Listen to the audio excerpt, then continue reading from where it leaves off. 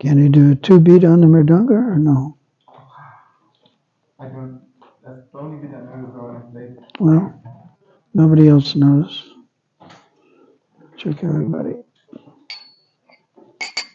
Should I just play that? Try it.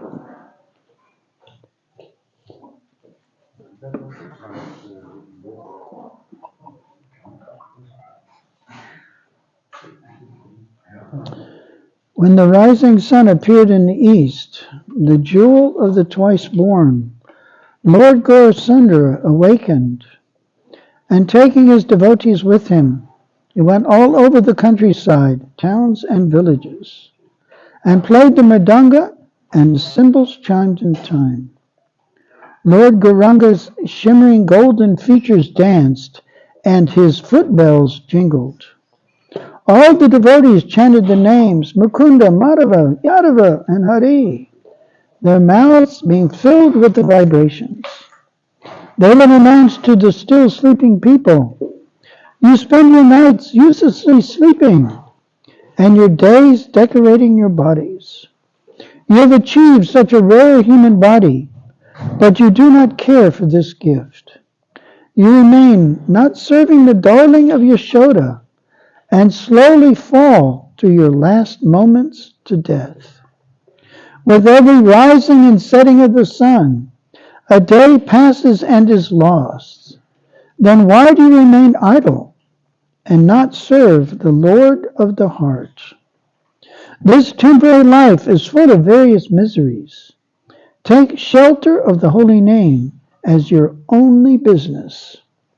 To penetrate the darkness of ignorance and bless everyone's heart, the holy name has risen like the shining sun. Drink the pure nectar of the holy name.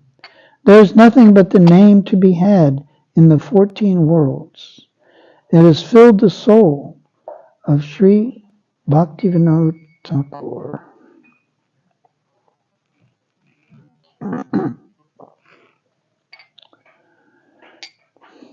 Udilo Aruna Purabhavage Vijamani Gaura Amani Jage Udilo Aruna Purabhavage Vijamani Gaura Amani Jage Bhakata Samuha Loya Sate Gela Nagara Raje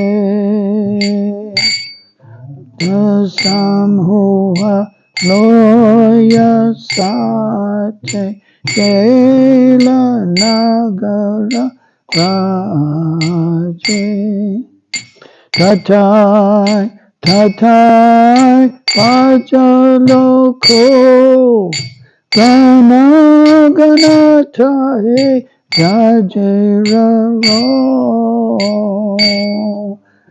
Tatai Pajaloko Gana Gana Tahe Jajiraro Kani dala dala sonara anga Tarane nupura baje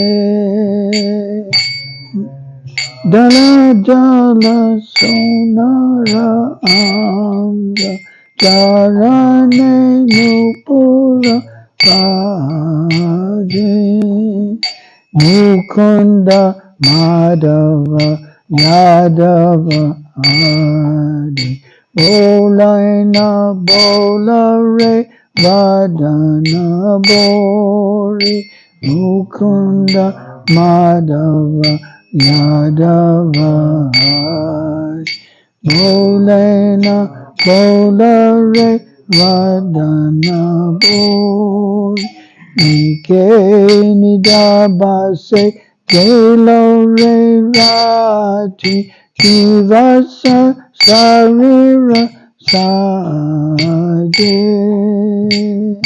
Ye nidabase Kelo re rati Kivasa sarira saje Emana tulaba manavate Paya kikoro bhavana keyo Emana tulaba manavate Paya kikoro bhavana keyo Ebe nabajile Yashoda Suta Karame Puribe Laje Ebe nabajile Yashoda Suta Karame Puribe Laje Udita Tapana Oile Asta Ina Gelo Boli Oi Baby Asta Oile Ina Gelo Yabe Keno Ebe Allah Sahoy Nabaja Idoya Raje Bekeno Ebe Allah Sahoy Nabaja Idoya Raje Jivana Anicca Jana Asa Kainana Vida Nipadaba Jivana Anicca Jana Asa Kainana Vida Nipadaba Namasraya Kori Tatane Tumi Saka Apana Kate Namasraya Kori Tatane Tumi Saka Apana Kate Kivera Kayana Saranaka Jagate Asiye Madurana Kivera Kayana Saranaka Jagate Asiye Madurana Avidyati Mera Kapana Rupe Yekakane Bilaje Avidyati Mera Kapana Rupe Yekakane Bilaje Krishna Nam Shuddha Koryopan Gurayo Bhakti Vinoda Nam Shuddha Koryopan Gurayo Bhakti Vinoda Nana Bina Kichu Naiko Aro Soda Bhuvana Maje Nana Bina Kichu Naiko Aro Soda Bhuvana Maje Hare Krishna, Hare Krishna, Krishna Krishna, Hare Hare, Hare Rama, Hare Rama, Rama Rama, Hare Hare, Hare Krishna, Hare Krishna. Krishna Krishna Hare Hare, Hare Rama, Hare Rama, Rama Hare. Srila Bhaktivinoda Thakur ki, Srila Prabhupada ki, Jai Gaur Premanande.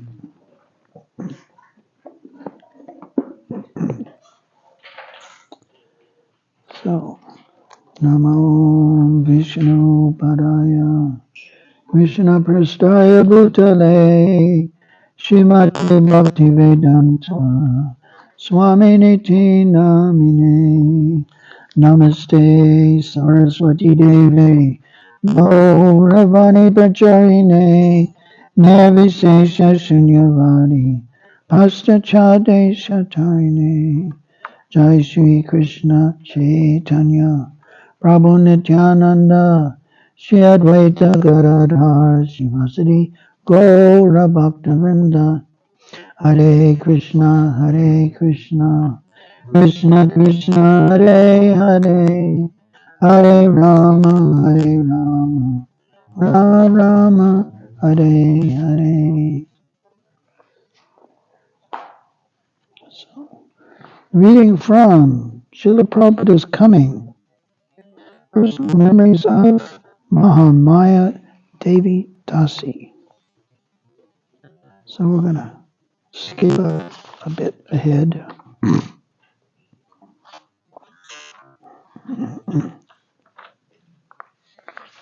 So this is a statement from Ananga Manjari Devi Dasi about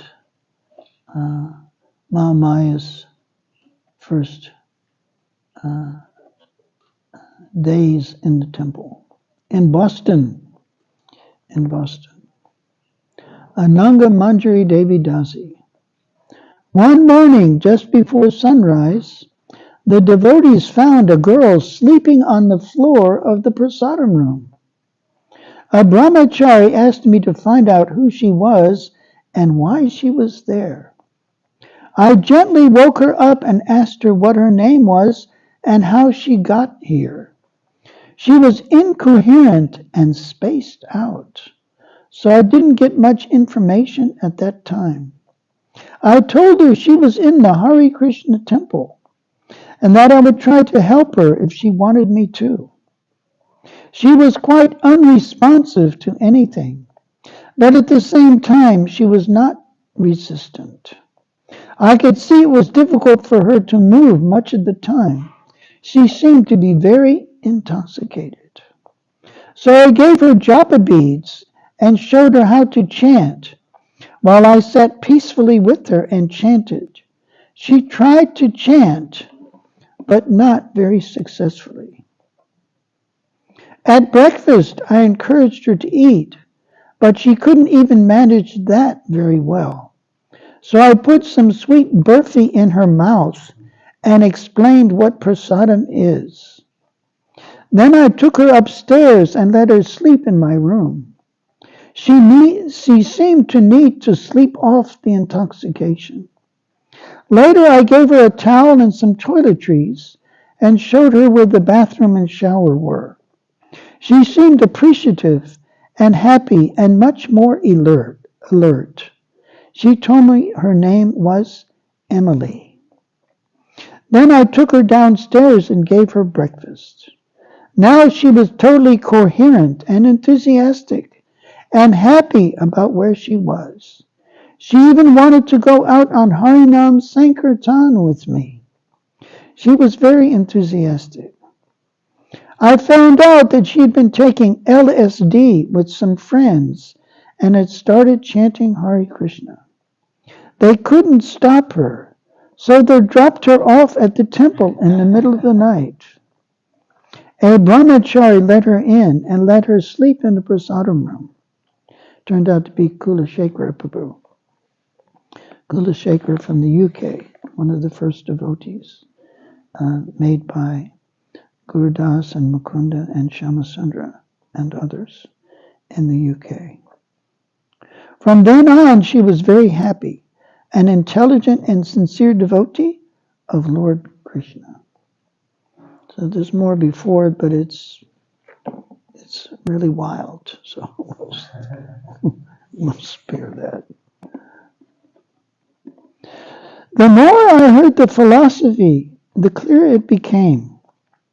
Krishna is the Supreme Personality of Godhead, and we are his servants, who can perform devotional service or bhakti yoga, putting Krishna's pleasure ahead of our own.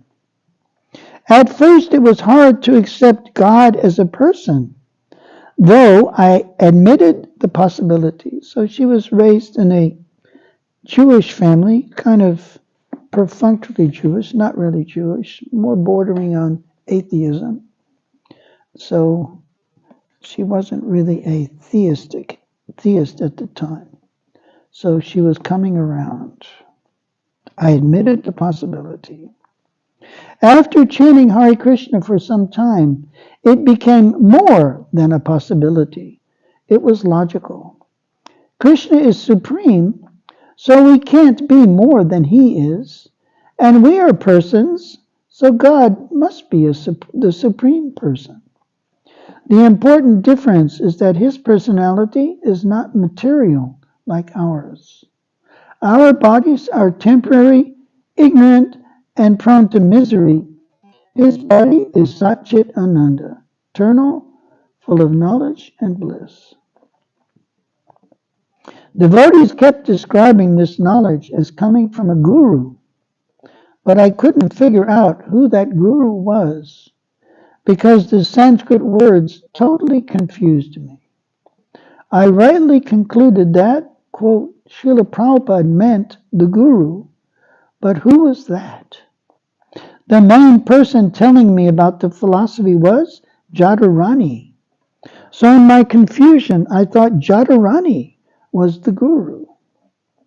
Then one day, walking down the temple stairs, I noticed a poster announcing Srila Prabhupada's 1969 visit to Boston.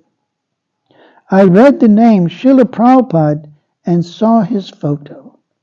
Thus it finally dawned on me, this is Srila Prabhupada, the Guru. My cloud of Maya, illusion, slowly dissipated. I realized that the happy, bright faces of the devotees came from purification, not intoxication and sex. I began to regret performing so many sinful activities and wondered how I would qualify to go back to Godhead. Devotees assured me, quote, chant Hare Krishna and engage in devotional service. You'll get Srila Prabhupada and Krishna's mercy, and that will be your qualification for developing love of God, unquote. I settled into the routine starting at 4 a.m. when Jadharani Prabhu woke us up, invariably saying, quote, it's time to get up and serve Srila Prabhupada, unquote. It was difficult to get adjusted, but hearing those words helped me remember why I was getting up so early. Mangal Arati started at 4:30 a.m. when it was still dark outside. The deities were dressed in night outfits without jewelry or garlands. A very sober tape of Srila Prabhupada singing the Guruvastakam prayer played as we swayed back and forth. The arti ended with a live kirtan, dissipating the more serious mood. Afterwards, the men stayed in the temple room to read Srimad Bhagavatam aloud. The ladies trooped downstairs to the prasadam room to make flower garlands for the deities, who were bathed and dressed each morning. And one of the men read to us.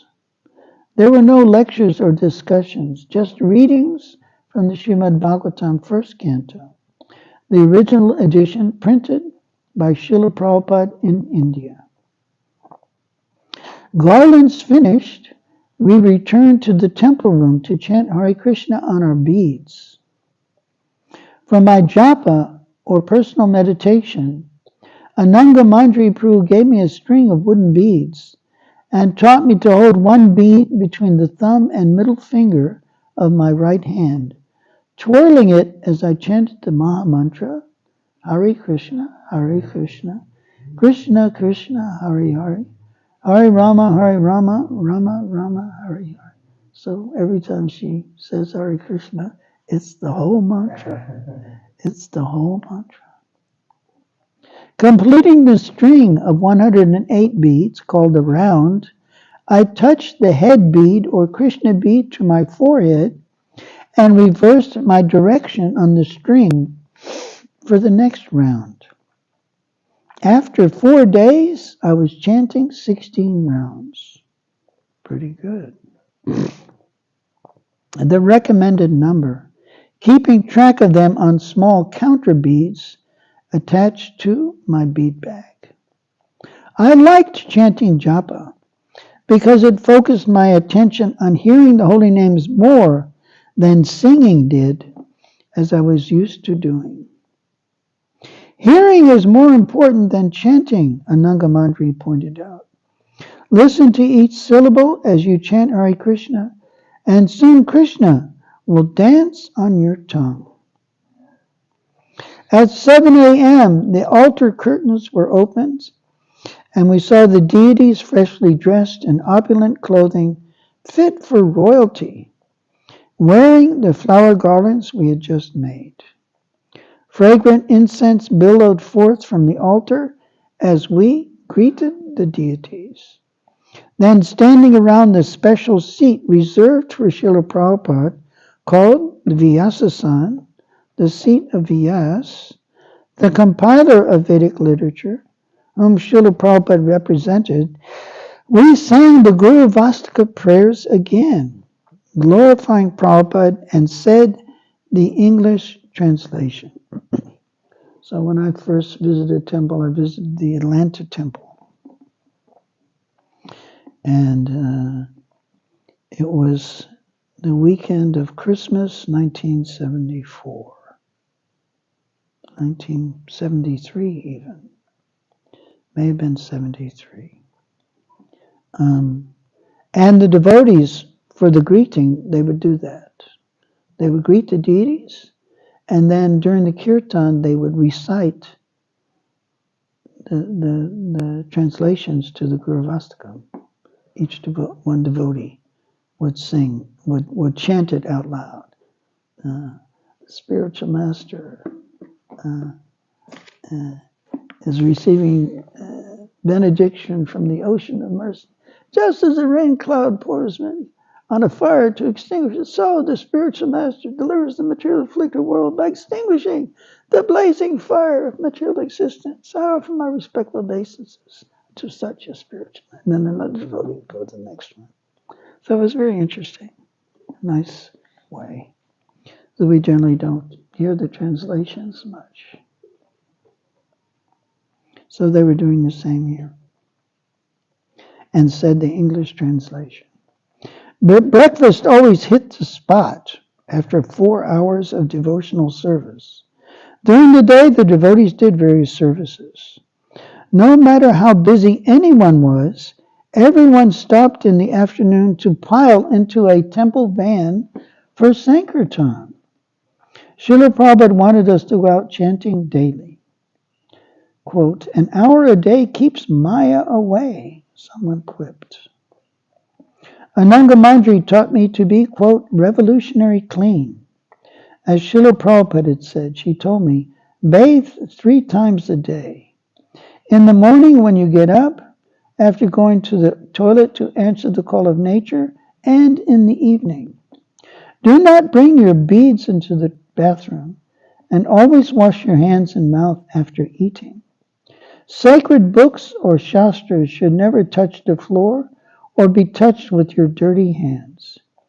If anything used in Krishna's service falls on the floor, pick it up, touch it to your forehead, and say, Hare Krishna. Srila Prabhupada was quoted as saying, cleanliness is not next to godliness, It is godliness. Hadn't heard that. I learned what the devotees said when they bowed down. The Sanskrit prayers meaning, I offer my respectful obeisances unto His Divine Grace, A.C. Bhaktivedanta Swami Prabhupada, who is very dear to Lord Krishna, having taken shelter at His lotus feet. Our respectful obeisances are unto you, O spiritual master, servant of Saraswati Goswami. You are kindly preaching the message of Lord Chaitanya and delivering the Western countries, which are filled with impersonalism and voicism. ISKCON Press, the publishing arm of the International Society for Krishna Consciousness, ISKCON, was based in the Boston Temple. When I said I could proofread, the devotees gave me a small book, Easy Journey to Other Planets, by Srila Prabhupada, to proofread it before it was reprinted. They said, we don't know. We know there's at least one typographical error in this book, but we don't know where it is. Can you find it? Once I found the mistake, I kept reading the scholarly and scientific presentation of Krishna consciousness. It was great medicine for my deeply rooted cynicism and atheism. So her father was a publisher, and we were reading. He published the Guinness Book of Records. That was one of his big things. But he also published other books, mostly how-to books like that. And they were very well-to-do. They lived in Westchester County, which is where the moneyed people of New York stay. And she was from a well-to-do family. Is there anything else to read? I asked. Yes, you must read the Bhagavad Gita, a devotee told me. But we're out of copies at the moment. We're not going to print any more because the edition we had was abridged, and the unabridged edition will soon be printed. So the abridged book was yay big, and it was a light blue cover, and it had a preface by Thomas Merton, who was a famous Jesuit priest, who was a mystic kind of personality. And then it was a rather small book because there were not many in the way. It was cut down quite a bit. Prabhupada wasn't very happy, but at least it was out. Whereas the unabridged edition was huge and thick. It was thick, and I managed to find one. When I was looking, I was taking poetry, and there's a famous Nobel Prize winning poet, T.S. Eliot, and he wrote a famous poem called The Wasteland. The Wasteland. And he makes indirect reference to Bhagavad Gita, where he says that a moment of surrender in an age of intelligence does not go unnoticed. Something to that effect. So in the quotes, in the notes in the back, because all of these poets have so many, or the people that are translating make so many notes because they think they know better than the person who wrote it. It mentions Bhagavad Gita. So then I was looking for a Bhagavad Gita, and I was mentioning that there was a Penguin Bhagavad Gita. It was just basically translations. And then there was the Bhagavad Gita, that thick. And I bought that, and I kept it, even though I really didn't know what was going on. And I took it with me when I joined, and then it was taken from me when I joined, or merged into the devotee library. We're not going to print anymore because the edition we had was abridged, and the unabridged edition will soon be printed. That's by Macmillan and Company. Seeing my desire to read the Bhagavad Gita, Sarup Das, one brahmachari, gave me his treasured copy. He had bound the paperback book and pasted deity photos inside the covers. I was deeply touched by his generosity. I delved into the Bhagavad Gita as it is. Its message was so wonderful and apropos for me at that time in my life. It answered questions that I'd always wondered about, and even questions that hadn't quite formed in my mind. I read the Bhagavad Gita 5 times before I asked if there was another book to read. Each time I reread the book, it seemed entirely new. I began to understand the description of transcendental literature as ever fresh. Most of the 60 or so devotees in Boston personally knew Srila Prabhupada, but I was so cynical I doubted that he really existed. The Bhagavad Gita as it is so transcendental, I thought. How could the author even be on this planet? Refusing to be convinced until I saw him myself, I began to desire to meet Srila Prabhupada. He was in India, but he wrote the devotees' letters, which were shared with everyone, saying he was coming to America soon. I learned about the 4 regulative principles: no meat eating, no illicit sex, no intoxication, no gambling. Wow, I can't possibly follow these, I thought. I still had a roach clip for smoking marijuana, for marijuana joints, and I was just waiting for the opportunity to use it. But within a short time I thought, quote, I've been following these principles, and if I continue associating with the devotees, I can follow them. So it's interesting, like with Srila Prabhupada, he didn't emphasize the regulative principles in the beginning. He just emphasized chanting Hare Krishna. And once devotees were sufficiently attached to chanting, and of course Krishna Prasadam, then it was only after initiations that Prabhupada introduced the 4 regulative principles. Many devotees encouraged me to stay at the Boston Temple, but I still had plans to meet Stan, who was her former husband, in California. It was kind of a very hippie relationship. It wasn't a formal marriage, but a long-standing relationship.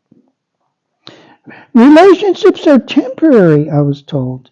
Either he'll leave you or you'll leave him, or he'll die or you'll die.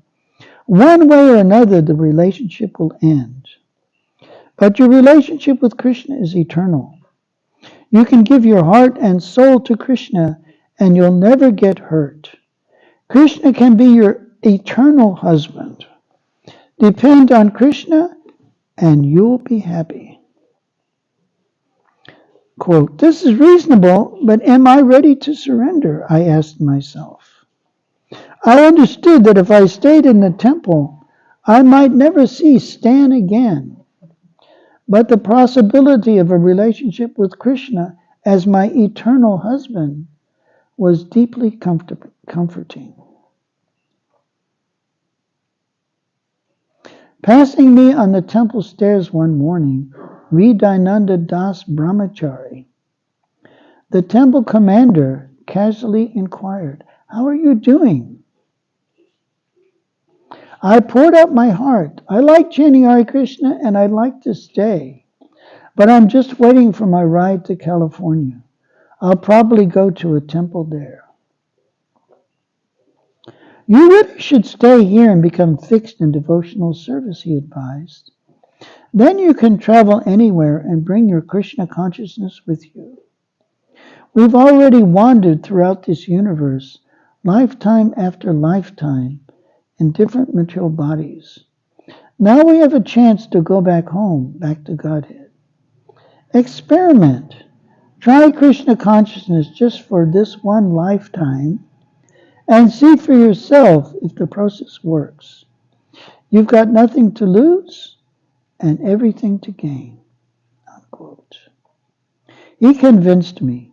I was already getting feedback that the process worked. Srila Prabhupada taught, chant and be happy. And I was happy chanting 16 rounds. I decided I'll make a week-by-week experiment. If I get positive feedback each week, I'll stay another week. Tracking me down through Bob, Peter called to say, quote, I'm ready to go back to Ohio and on to California. So her ex-boyfriend was in California. They were driving back and then the vehicle broke down in Ohio. So this guy, Peter, who owned the vehicle, had come back to Boston to collect some money to repair. So this was the message. I said, I'm not going. I'm staying here at the temple. I told him I would pick up the things I'd left at his friend's dormitory, but I never did. Everything I needed was provided at the temple. Sleeping bag, clothes, winter coat, boots, and so on. Soon I was allowed to dress in saffron saris like the other brahmacharinis, single women. I was told it pleased Srila Prabhupada to see the ISKCON girls dressed in spiritual clothing. So I liked doing that. I wonder if that picture is here. We had that picture of the devotees chanting on the Boston Common. One outside of the billboard. One on Is it here? Is it outside? Well, you don't have to bring the billboard, it's fine. Yeah, everybody's in saffron. The men are in saffron, the girls are in saffron. It's fine. I was just wondering if it was here. No. Anyway, but that's. The picture in the passage, she might be on it. I don't know. I don't know. That could have been before. As it's saying here, there's 60 devotees in the temple. So anyway, that's a lot. So she was wearing the saffron sari. The girls had a policy of sharing clothes, but I didn't like that because being very short, I had a problem. The saris were so wide that I had too much cloth to tuck in. So I claimed 2 saris for myself and cut off several inches, thus making sure that no one else would wear them. So Chaitanya Maharaj also said. And I think, yeah, it must have been like that. When I joined, my first service was doing the laundry. Another devotee would go down to the laundrette and throw everything in the machines, then throw everything in the dryer, and then we had to fold everything. And as I remember, there was no names on the dhoti. It was just, that's a dhoti.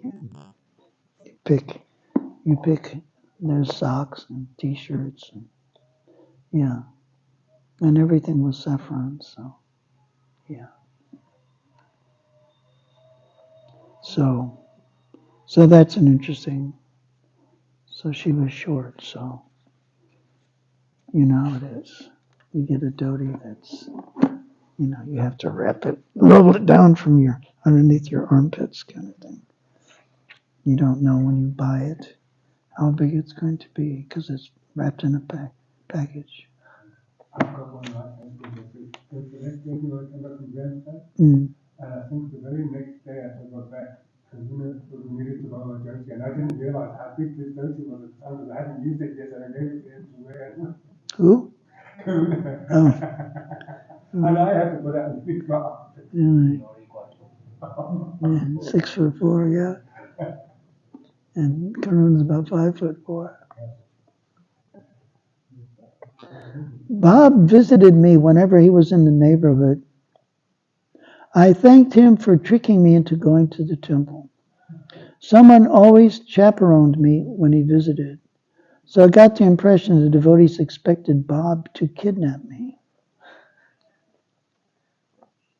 After Satrup returned from Dallas, Jadharani asked me several times, "How old are you?" I had the feeling they thought I was only 13 or something and didn't believe me when I said I was 24. So, yeah, well, it became a thing later with the Robin George case that, if you're a minor, then you're technically under the control of your parents, so you have to have their permission. There's an interesting story we had. Mother Luisa, she had a friend, and they wanted to go. Everybody was going up for Rath Yatra, so we had hired 2 combis from UCT actually. We didn't pay for them because the money came out of our Bhakti Yoga account. So there were 2 combis, and this girl wanted to go, and her parents didn't want her to go. Didn't want her to go, and she was, 17 or 18 or something like that. Her parents didn't want her to go, so we went to meet her parents. And we knew from the Robin George case that cost millions, cost the devotees millions, that sometimes children, they play off their parents against some other people, which turned out to be the devotees. And then she flip-flopped back to her parents and sued the devotees for false imprisonment or whatever. Anyway, so it cost the devotees a lot of money. Anyway, so I told the parents, we're not going to take her unless you say she can go. And when they heard me, that I was on their side, then, oh, no, it's fine. Because they thought she was playing us off against them, which is probably in a little way what she was, because we didn't know her that well.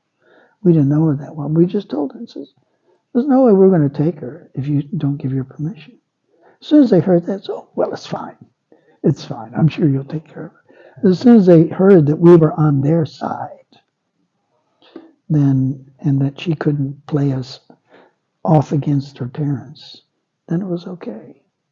So sometimes it's like, and especially if you're even, and she doesn't like me for it. Rati Manjari, Mother Rati Manjari, because when she came, she was 20. I asked her how old she was. She was a medical student, and she was 20 years old, so the legal age was 21. So I wasn't really enthusiastic about her, allowing her to stay, because she was still technically a minor. So she never understood that, why I was so reluctant about letting her stay in the temple. And we also went and met her family, wonderful sisters, wonderful parents, wonderful mother, all that. But it was the fact, after this whole Robin George thing, that, you have to take these things into consideration. So they were possibly also thinking, if she's a minor, 13 or 14 years old, that's another thing.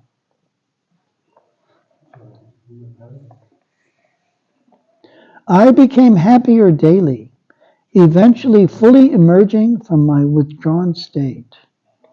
Reading Srila Prabhupada's books continually, I developed trust that he was not cheating me by giving me some man-made philosophy. Here was an authorized guru, coming in a long line of specific succession. I developed the desire to dedicate my life to his mission. To please Srila Prabhupada and to avoid wasting precious time, I began literally running from one service to another. When will that day be mine? I was surprised to learn that the worst month of my life, September 1965, was the very month Srila Prabhupada arrived in Boston. He came out of his compassion to save us and he definitely saved me. If it weren't for Srila Prabhupada, I would have either committed suicide or ended up in a mental hospital. When the devotees found out I could type, I began typing letters for Satguru and retyping the Srimad Bhagavatam manuscripts. Wow. And she's still a bhakti. So, yeah. So September 1965 was when her parents got divorced. But it was almost the same month when Prabhupada. That was why.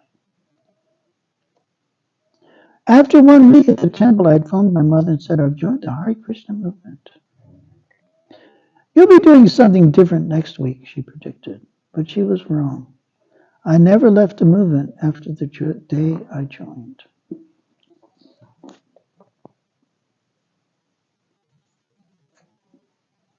So there's the same thing about, we learned it. This one student, he came to the 26 Second Avenue temple, and he was going to Antioch College, and it was a avant-garde college. They didn't really have classes. You just had a mentor, and you did projects. So the project was join a religious organization and do a report. That was your semester project. So he picked Hare Krishna, and he rocked up at the door and said, I'm going to do this. And they said, fine. And then they asked him, well, do you know how to type? Because devotees couldn't get it together. There'd been so much LSD and marijuana, they couldn't do it. Couldn't do it. So, yeah, I can type. And he was typing, Otherwise it was hunt and peck. So then Gargamuni got a dictaphone. So then you listen to the tape on earphones, but then you have a pedal that backs it up, forwards it, backs it up like that. And, what to say, hands, then the foot. It's like too much. But, oh yeah, I can do that. So he joined just for this month, and he did a lot of devotional service, probably some demigod from some higher planetary system, but he did some nice service. And here, Maya, she's doing this. She's typing letters for Satguru and retyping the Srimad Bhagavatam manuscripts.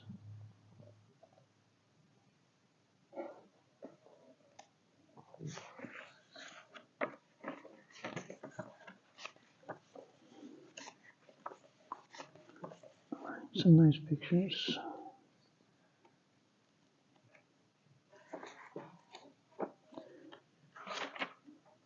All right, this is part 2. Chapter 4, Initiations from Srila Prabhupada. Section, Settling Down to Temple Life. Srila Prabhupada is coming. That's the name of the book. Talk about nectar. Hearing these 4 words proved the ultimate high, and I kept hearing them the first few months I lived in the Boston Temple. Anticipating Srila Prabhupada's arrival gave us hope and enabled us to do extra hours of devotional service we might not have otherwise wanted to do. Actually, every devotee except me wanted Srila Prabhupada to come to Boston soon. I hoped Srila Prabhupada wouldn't come until I'd been in the movement 6 months, so I could be initiated by him in person. So, yeah, before sometimes devotees were initiated even less time than that, but now evidently 6 months was the mandatory period. So she didn't want Prabhupada to come before she'd been 6 months in the movement. During my first few months in ISKCON, I attended the morning and evening temple programs, and during the day typed for ISKCON Press. Every day I also went out for an hour on Harinam Sankirtan. We chanted Hare Krishna and danced in the streets and collected donations for Back to God magazines. The days of freebies were soon over. We had to cover our printing costs. So the first day she went out, they told her, you have to get 25 cents, and if somebody seemed like they were nice, you could give them one for free. No more freebies. On Sundays, I always helped cut veggies or made samosas. I loved the action-filled kitchen, sometimes pungent aromas of the chaunces made by frying spices in ghee, clarified butter, forced me to run out of the kitchen sneezing with tears in my eyes. So, I don't know if you've done it, but we used to have a cup. You'd have to, and then you'd cook the chaunce and then throw the chaunce into the pot.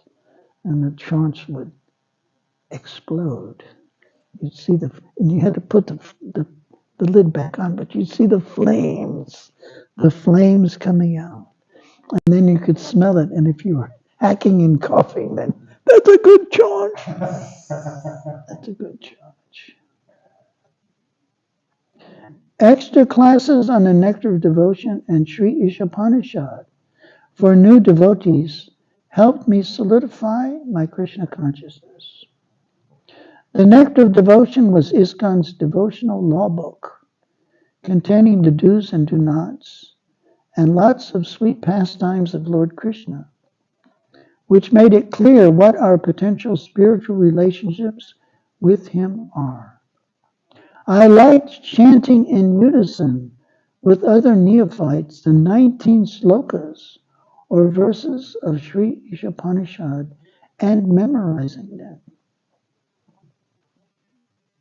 So, when I joined Rupanuga, after Mangalarti, we would chant Ishapanishad, chant the whole thing. Om Purnamabda Purnamida Purnat Purnamudachate Purnasya Purnamadaya Purnameva Vishishate. Personality of God is perfect, complete. And because he's completely perfect, all units emanating from here perfectly equipped as complete goals. Because he is complete all complete units that emanate from are perfectly equipped. Anyway, get it all mixed up. I learned by rote the Sanskrit and Bengali prayers we sang daily by carrying around slips of paper with the words and learning to pronounce them. Most important, I never missed a day of chanting 16 rounds of my japa beads. Hare Krishna, Krishna Krishna, Hare Hare, Hare Rama, Rama Rama, Hare Hare. I felt sheltered from the material world's onslaughts, living in a temple.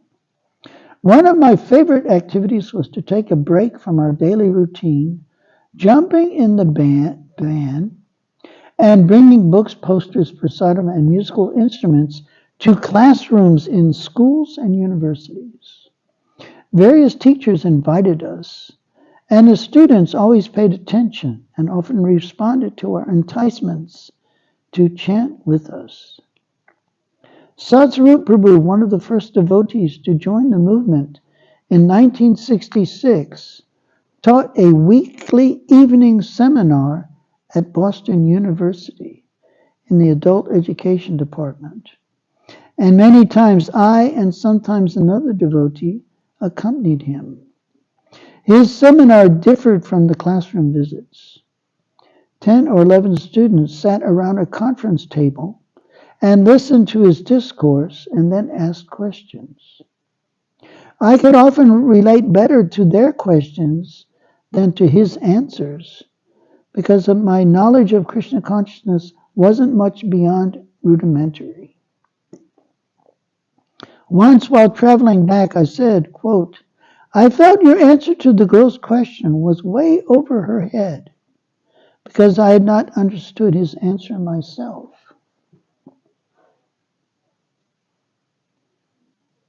You could have answered her question, he said humbly. Next time that happens, you answer. I was astounded by his humility. I felt unqualified to answer any question. I was answering one in the presence of such a senior devotee. Another evening, Satsvarup Prabhu and I emerged from the seminar into a blizzard that had covered Boston with more than a foot of snow. It stopped the trolley cars, our transportation home, and knowing that our sole temple vehicle was unavailable, we had to hitchhike back. Few cars were out in the snow, but one old car stopped and offered us a ride. We climbed into the back seat and found ourselves among friendly hippies, willing to share their marijuana. We refused, of course. After they dropped us off, I thought, I do identify more with the devotees. I've come a long way. One Sunday in March, Ananga Manjari got married to Hridayananda Prabhu. I loved seeing the Vedic wedding, which included a yajna or fire sacrifice. A small fire was lit in a sand-filled wok in the sacrificial arena. While chanting Sanskrit mantras, the priest poured ladles of ghee over the fire, and the couple and the audience tossed in the fire small handfuls of raw rice and sesame seeds. With each addition of ghee, grains, and seeds, the flames rose higher. At the end, the couple carefully placed 2 bananas in the fire, and the knot was literally tied with the corners of her sari and his dhoti, the wrap outer cloth worn by men on the lower part of the body, and it stayed tied the rest of the day. We celebrated the happy occasion with a big feast. Not long afterwards, the newlyweds moved away to open new temples.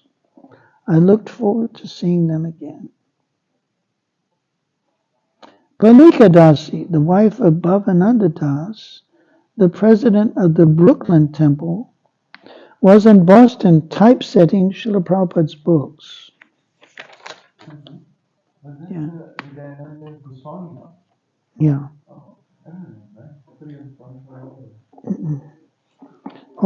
Practically all of them. Everyone. Satsvarup was married to Jadharani. Jadharani was his wife.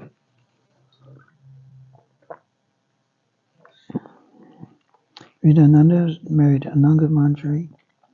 Tamal Krishna was married to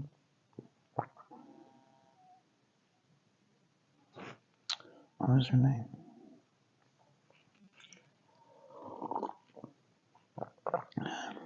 Get her name. Yeah, most of them were married. Very briefly, unfortunately. Madri. And they had just gotten married, practically, in India, and then he asked Prabhupada for sannyas. It's in the Lilamrita. Yeah.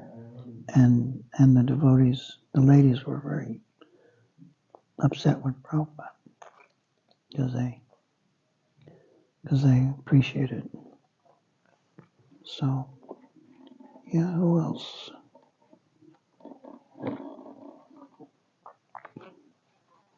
Yeah, many, most. Gurudas became a sannyasi. He was married, of course, to Jumana. Yeah.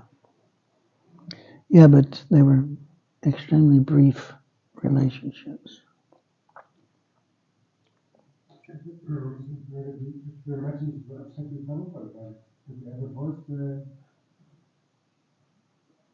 You don't have to voice.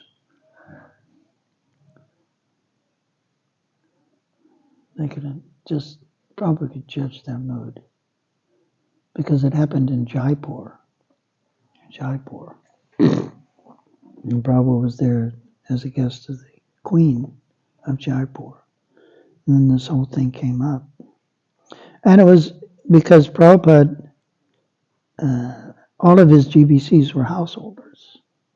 So if Tamal Krishna was going to take sannyas, then he would have to give up his position as the GBC of India, which was a big responsibility that he was carrying. And then he would have to give that up, which was a problem for Prabhupada because, practically speaking, Prabhupada was the GBC, but he needed someone at least to try to assist and help.